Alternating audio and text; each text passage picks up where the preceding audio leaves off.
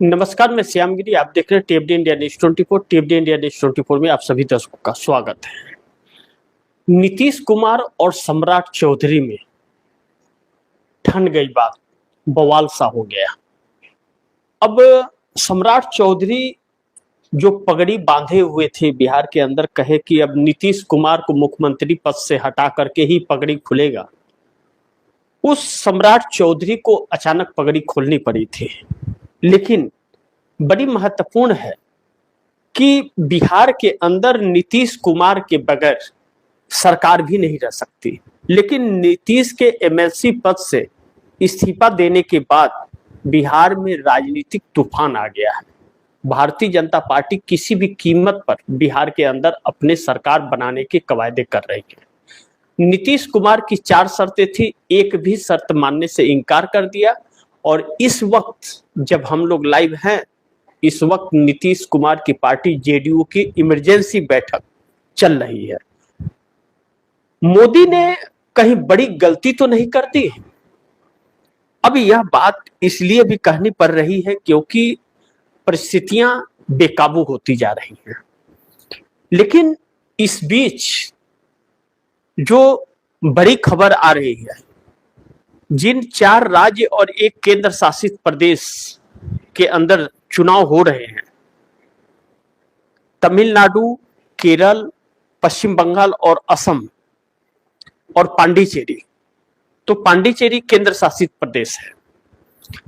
अब इन जगहों के चुनाव में जो इंटरनल सर्वे आ रहे हैं वह भारतीय जनता पार्टी के लिए बहुत ही मुश्किल आने वाले वक्त के लिए पैदा करने वाले हैं। इसका साफ वजह है कि ईरान और इजराइल के युद्ध के बीच भारत सरकार का जो फैसले रहे वह भारत सरकार के खिलाफ चले गए। ईरान अच्छी टक्कर देता हुआ अमेरिका और इजराइल को नजर आ रहा है। अमेरिका बार बार ईरान से पीछा छुड़ा रहा है और ईरान इतनी बड़ी तबाही अमेरिका का मचा रखा है कि अमेरिका के नाक में दम हो गया है।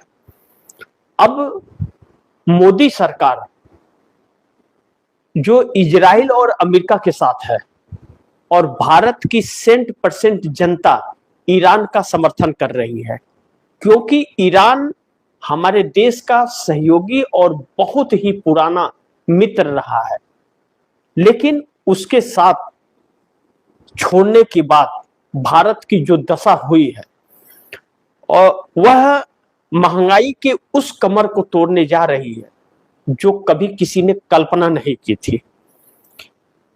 गैस सिलेंडर देखिएगा, आप दर्शकों को बताऊं, आने वाले वक्त में 500 रुपये लीटर गैस सिलेंडर भरना पड़ेगा। जो 14.5 केजी का सिलेंडर आता है, 500 रुपया केजी सिलेंडर मिलेगा आपको। जब से रसिया ने पेट्रोल और गैस बेचने पर रोक लगा दिया, ऑर्डर पास कर दिया कि 1 अप्रैल से जुलाई तक हम नहीं बेचेंगे, उसके बाद बेचेंगे तो फैसला करेंगे हम किसे देंगे।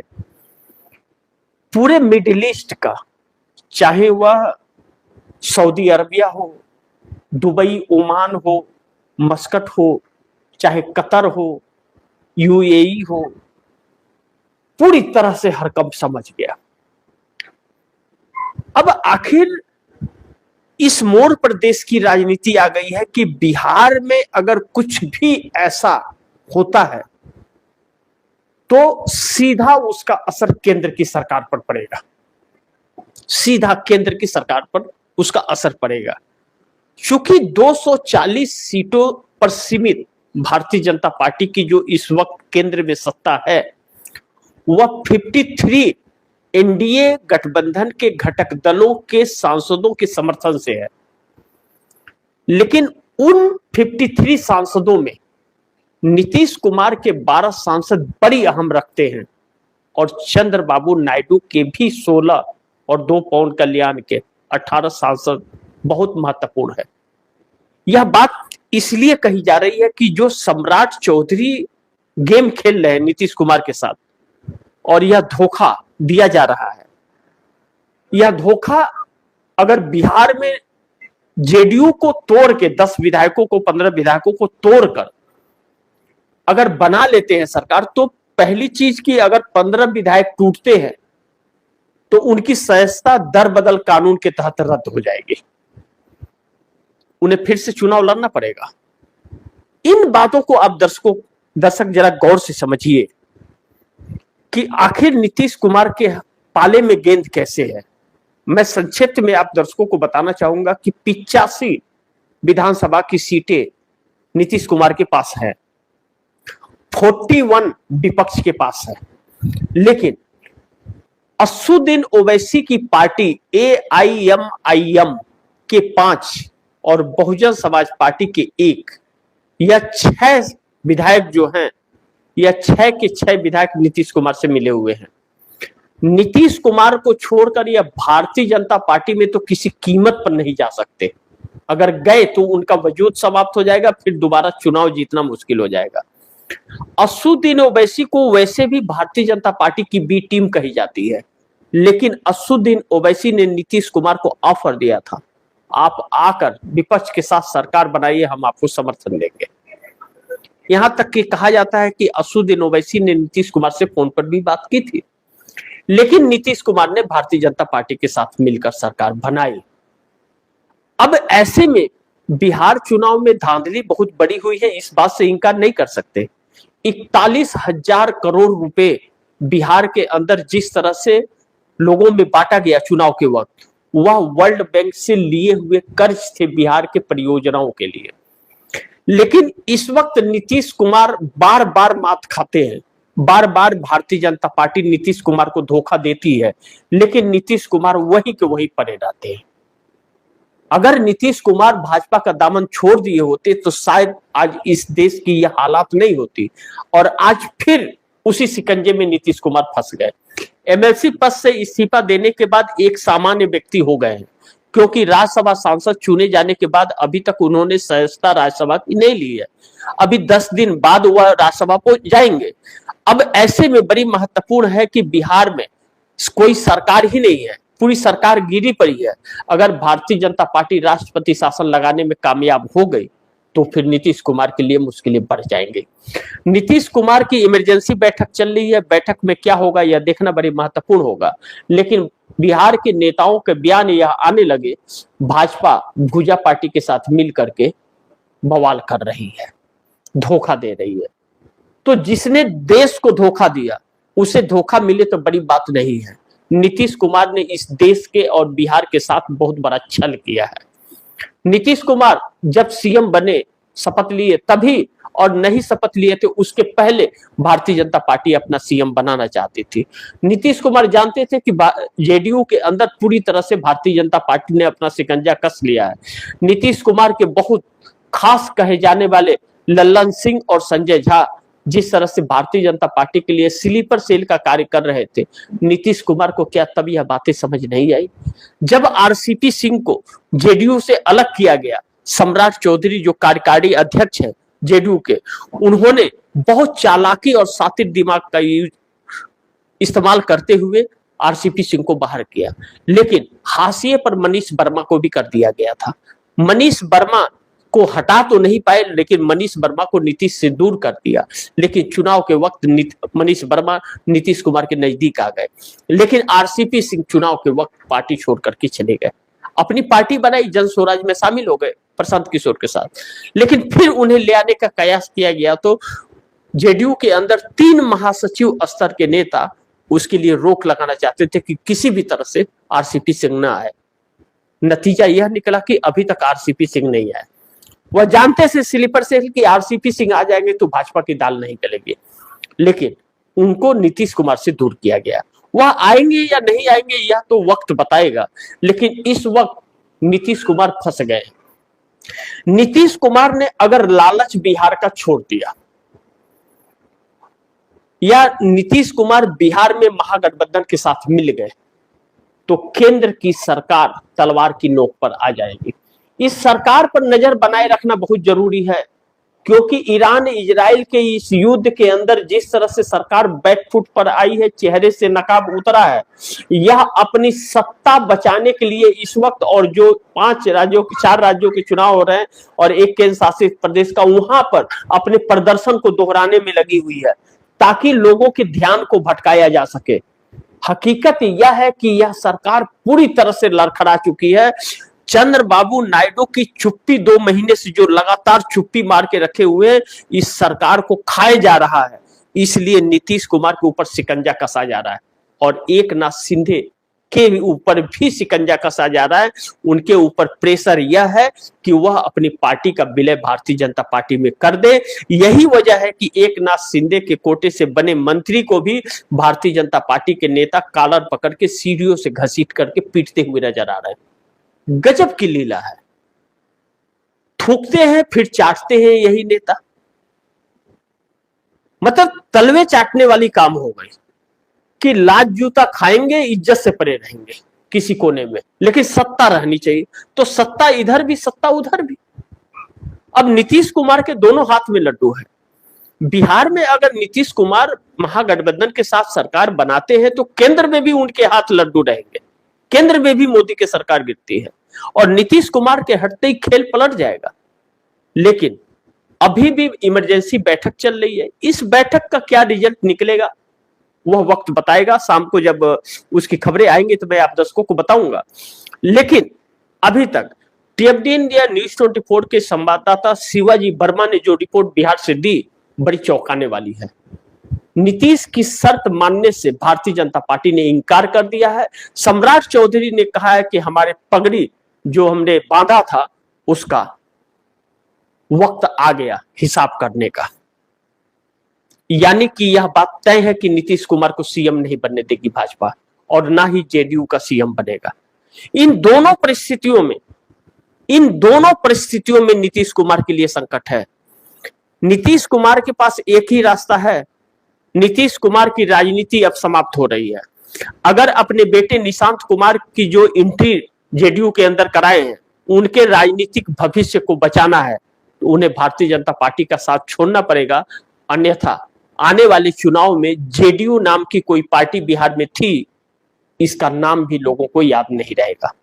लेकिन भारतीय जनता पार्टी का सीएम बनते ही बिहार के अंदर बिहार के भाग फूट जाएंगे। बिहार पलायन के लिए मजबूर हो जाएगा, उनकी जमीनें छीनी जाएंगी, उनको पीटा जाएगा। और जिस तरह से दादागिरी चल रही है बिहार के अंदर, बहुत शर्म की बात है। लेकिन फिर भी हमारे देश का प्रधानमंत्री कहता है कि विकास की दौर पर दौड़ रहे हैं। 2047 तक हम विकासशील देश बना देंगे। जबकि हकीकत यह है कि हमारा देश इस वक्त नरेंद्र मोदी के 12 साल के कार्यकाल में और ईरान इजराइल के युद्ध होने के बाद हमारा देश 1970 और 1980 के दशक में पहुंच चुका है। इस बात से हम इनकार नहीं कर सकते। जो मनमोहन सिंह 58 रुपए डॉलर के मुकाबले रुपया को दे करके नरेंद्र मोदी सरकार को 2014 में गए थे, आज 12 सालों के अंदर रुपया 95 को पार कर गया, 100 के नजदीक जाता हुआ नजर आ रहा है। क्या अब हमारा रुपया पतला नहीं हो रहा है? क्या अब हमारे देश की साख नहीं गिर रही है?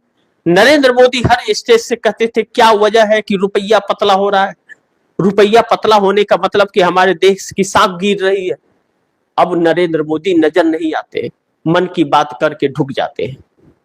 विश्व गुरु का डंका फूट गया है, नरेंद्र मोदी का पाखंड दिख गया है, चेहरे से नकाब उतर गया तो वह बहुत चेहरा काला नजर आ रहा है। उसी तरह इतिहास के पन्नों में काले अक्षरों पे नरेंद्र मोदी का इतिहास लिखा जाएगा। जो सवाल उठा रहा है, जो चर्चा कर रहा है, जो सरकार से सवाल पूछ रहा है, तो उसके ऊपर तानाशाहियां दिखाई जा रही है। जिस तरह से अलग अलग चैनलों को बंद किया जा रहा है, जिस तरह से पत्रकारों को प्रताड़ित किया जा रहा है, सवाल पूछने वाले पत्रकारों के साथ जिस तरह से यह सरकार बर्बरता कर रही है, बड़ी दुर्भाग्यपूर्ण है। लेकिन जो अपने आप को नेशनल मीडिया कहती है, वही गोदी मीडिया जिसे देश कहता है, वह जिस तरह चाटुकारिता में संलग्न है और हजारों करोड़ रुपया सरकार से उस दलाली के बदले बनाता है, लेकिन उस दलाली के चक्कर में इस देश के लोकतंत्र को समाप्त कर रहा है, इस देश के संविधान को समाप्त कर रहा है। इस देश के संविधान ने, बाबा साहब भीमराव अंबेडकर ने जब संविधान लिखा, इस देश के हर वर्ग को बराबर का हक दिया, लोकतांत्रिक देश दिया, आवाज उठाने की इजाजत दी और अपने हक की लड़ाई लड़ने का हक दिया। लेकिन भारतीय जनता पार्टी और आरएसएस की सरकार जिस तरह से लोगों के अधिकारों का हनन कर रही है, इस देश की लोकतंत्र की जड़ों को खोद रही है, जो आने वाले वक्त में इसी देश के लोगों को चुकाना पड़ेगा। इस वक्त बात सिर्फ बिहार की राजनीति की नहीं है। बिहार में सरकार भाजपा की बनेगी कि नीतीश की बनेगी, सवाल यह है कि बिहार की जनता भाजपा का सीएम नहीं चाहती और भाजपा की सरकार नहीं चाहती। नीतीश कुमार के नाम पर भारतीय जनता पार्टी को वोट बिहार में मिले थे, सम्राट चौधरी के नाम पर नहीं। यहां तक यह भी कहा जाता है, प्यारेलाल गर्ग के 27 पन्नों की रिपोर्ट यह चीख चीख करके कहती है कि जो सीटें एनडीए गठबंधन को आई है, 102 सीटें महागठबंधन से एनडीए ने चुरा ली है। वर्ड पर आप इस ध्यान दीजिएगा, चुराने का शब्द इस्तेमाल किया गया है प्यारेलाल गर्ग की इस रिपोर्ट में। यानी कि हमारे देश का मुख्य चुनाव आयुक्त, chief election commission Gyanesh Kumar बिका हुआ व्यक्ति है और स्वयं मुख्य चुनाव आयुक्त ज्ञानेश कुमार की नियुक्ति जिस कानून के तहत हुई है, आप दर्शकों को याद होगा, मैंने वह खबर भी दिखाई थी। इस देश के chief justice of India DY Chandrachud ने अपने जजमेंट एक दिया था मुख्य चुनाव आयुक्त की नियुक्ति को लेकर के। उन्होंने एक कमेटी बनाई थी, जिस कमेटी में लीडर ऑफ अपोजिशन, देश का प्राइम मिनिस्टर और सुप्रीम कोर्ट का CJI होगा।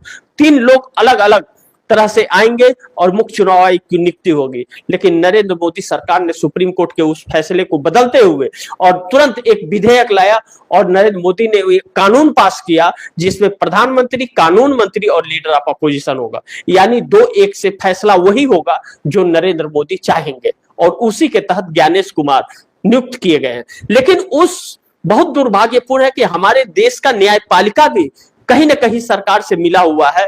जब हमारे देश का CJI कानून मंत्री के साथ फुटबॉल खेलता हुआ पाया जाए और हमारे देश का प्रधानमंत्री CJI के घर आरती पूजा करने जाए तो सवाल उठता है कि यह मिली भगत है। लेकिन सवाल इससे भी उठते हैं, जब सुप्रीम कोर्ट के जजों के घर में बोरी भर भर के पैसा पाया जाए तो वह पैसे कहां से आ रहे हैं, किसे दिए, ये किसने दिए? क्या उनकी सैलरी इतनी थी कि बोरा में भर भर के पैसे रखे? जबकि उसका कोई रिकॉर्ड नहीं मिलता, वैसे जजों पर कोई कार्रवाई नहीं होता। लेकिन सरकार लगातार कर रही है। जब वही कानून सुप्रीम कोर्ट में चुनौती दी गई, आज हमारे देश के chief justice of India Suryakant जो है, इन्हीं की अदालत में वह केस था, लेकिन सूर्यकांत ने सुना नहीं। यहां तक कि जिस तरह से प्रशांत भूषण ने और अभिषेक मनु सिंघवी ने सवाल खड़े किए कि 19 मई को नियुक्ति होनी थी ज्ञानेश कुमार की, उसे सुन लीजिए, लेकिन नहीं सुना गया। लेकिन अब उसके लिए CJI उस बेंच से अलग हो गए। वह जज उस केस की सुनवाई करेगा जो CJI के कतार में न हो। चल क्या रहा है देश के अंदर? न्यायपालिका भी पूरी तरह से बिक गया। कैसे कोई इस देश का कोई एक व्यक्ति न्यायपालिका पर विश्वास करे? क्योंकि न्यायपालिका के जो फैसले आ रहे हैं वह सरकार के पक्ष में आ रहे हैं।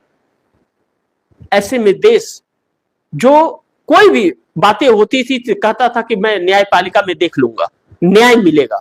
लोग बीमार होते हैं तो डॉक्टर के पास जाते हैं कि डॉक्टर हमें बचा लेगा। न्यायपालिका में जाते हैं कि इंसाफ मिलेगा।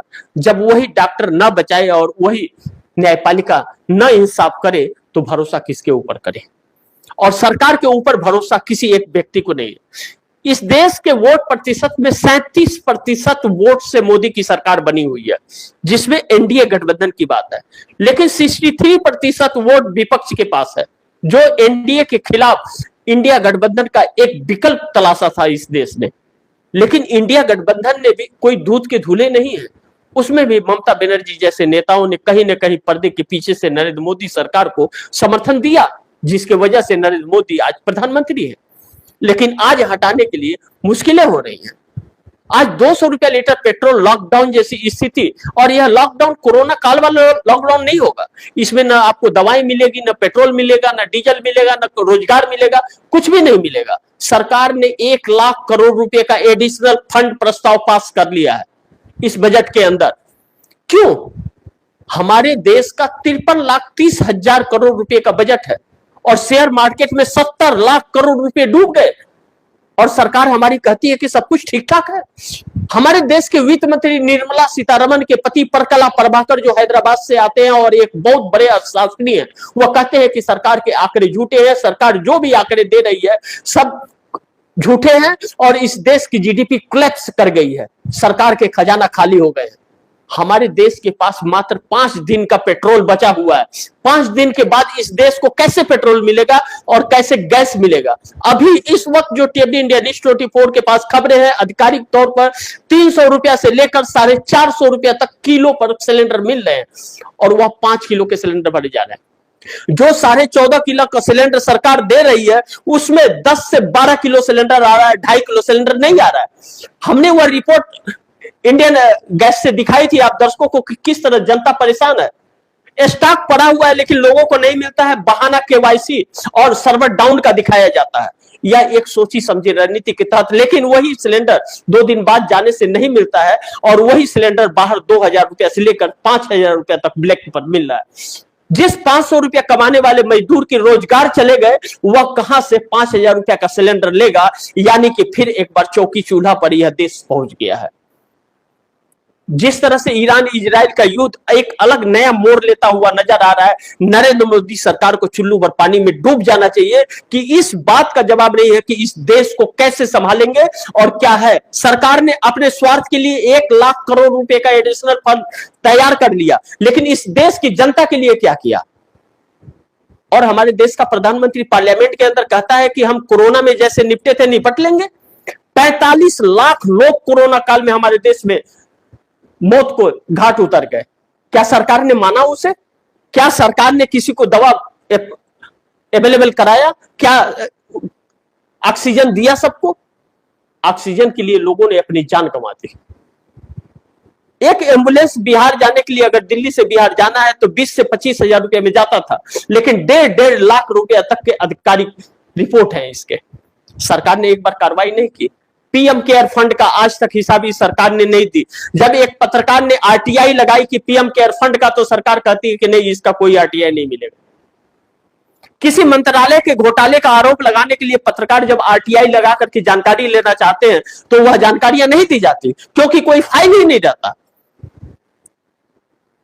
इस सरकार के जो रवैये हैं, वह रवैये इस देश को एक ऐसे मोड़ पर लेके जा रहे हैं कि जब 1947 में हमारा देश आजाद हुआ था और पंडित जवाहरलाल नेहरू प्रथम प्रधानमंत्री बनाए गए थे, उस वक्त हमारे देश में कुछ नहीं था। उस वक्त पंडित नेहरू अगर मंदिर और पत्थरों में भगवान को ढूंढ रहे होते तो आज यह देश कूड़े के ढेर में रोटी ढूंढ रहा होता। लेकिन नरेंद्र मोदी सिर्फ बोलने के लिए अच्छे अच्छे लफ्जों का इस्तेमाल कर रहा, लोगों को कैसे गुमराह करना है, थाली बजा करके बीमारी भगा रहे हैं, महामानव है। कहते हैं भगवान ने मुझे भेजा। अरे तो बाकी 140 करोड़ को शैतान ने भेजा है क्या इस दुनिया में? सबको तो भगवान ने ही इस धरती पे भेजा है, अकेले मोदी थोड़ी है। लेकिन यह सरकार 12 सालों से नेहरू और गांधी की बात तो करती है, लेकिन 12 सालों में काम क्या हुआ यह नहीं बताती है। हकीकत यह है कि इस वक्त हमारे देश की जीडीपी पूरी तरह से कोलैप्स कर गई है। आने वाला वक्त भूखमरी वाला है। थोड़ी बहुत जमीनें है वह बेच करके खा लेगा देश, बाद में भिखमंगा बन जाएगा, और यह नरेंद्र मोदी का बस का है नहीं। सरकारें बनाना और गिराना यह इसी सरकार ने चालू किया है। नरेंद्र मोदी के आने के बाद ही एमपी एमएलए की खरीदारी शुरू हुई है। अभी 240 सांसदों में 104 सांसद भारतीय जनता पार्टी के दूसरे दलों के आए हुए लोग हैं। पवन खेरा जब प्रेस कॉन्फ्रेंस करके कहते हैं कि कौवे नजर नहीं आ रहे, सब कौवे वॉशिंग मशीन से हंस बन करके निकल गए हैं।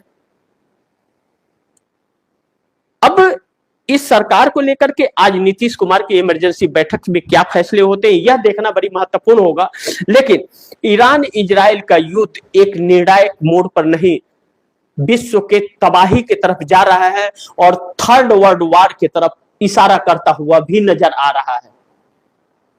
हॉर्मुज के बाद लाल सागर जो पूरब से पश्चिम को जोड़ता है दरवाजा है, वह दरवाजे को ईरान ने अगर बंद कर दिया तो पूरे विश्व में खलबली मच जाएगी। 90% जो इंपोर्ट एक्सपोर्ट होता है उसी दरवाजे से होता है, और ईरान ने वहां पर अपनी सेना उतारती है।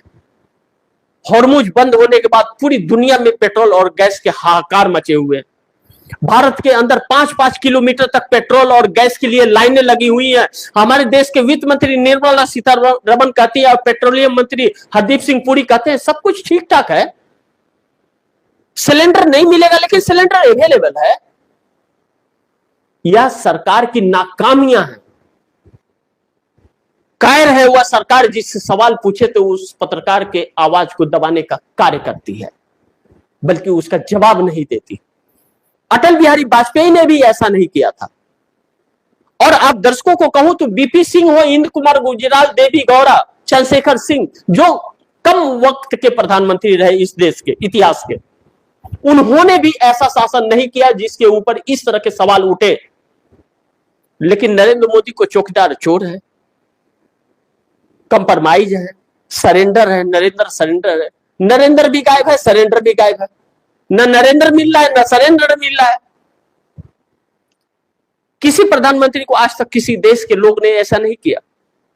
नरेंद्र मोदी 12 साल प्रधानमंत्री तो रह गए, लेकिन 12 साल इतिहास के पन्नों में काले अक्षरों में लिखे जाएंगे, इस बात से हम इनकार नहीं कर सकते।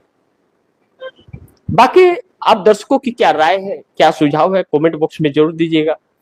इस खबर को ज्यादा से ज्यादा शेयर कीजिए, अपने दोस्तों को भी कहिएगा आगे शेयर करें। और आपने टीएफडी इंडिया न्यूज़ 24 को सब्सक्राइब नहीं किया, सब्सक्राइब कर लीजिए, अपने दोस्तों को भी कहिएगा सब्सक्राइब करें। मिलते हैं अगली खबर के साथ, तब तक के लिए नमस्कार।